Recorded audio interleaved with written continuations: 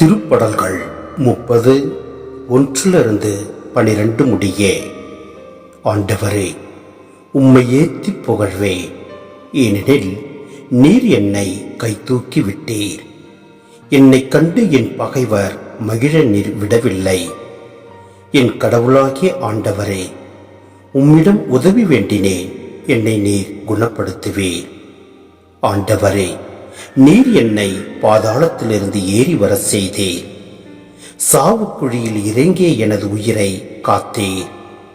இறை அன்பரே, ஆண்டவரை புகழ்ந்து பாடுங்கள்.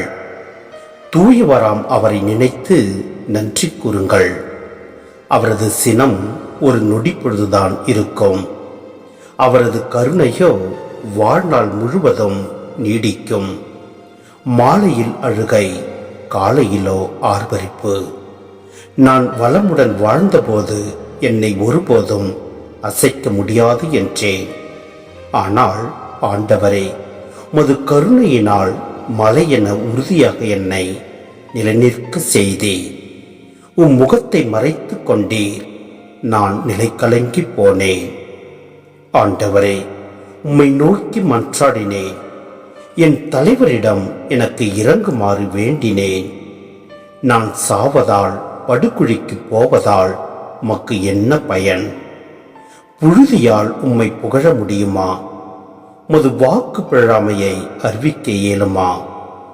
ஆண்டவரே, எனக்கு செவிசாயும், என் மீது இறங்கும். ஆண்டவரே, எனக்கு துணையாயிரும். நீர் என் புலம்பலை களி நடனமாக மாற்றிவிட்டீர்.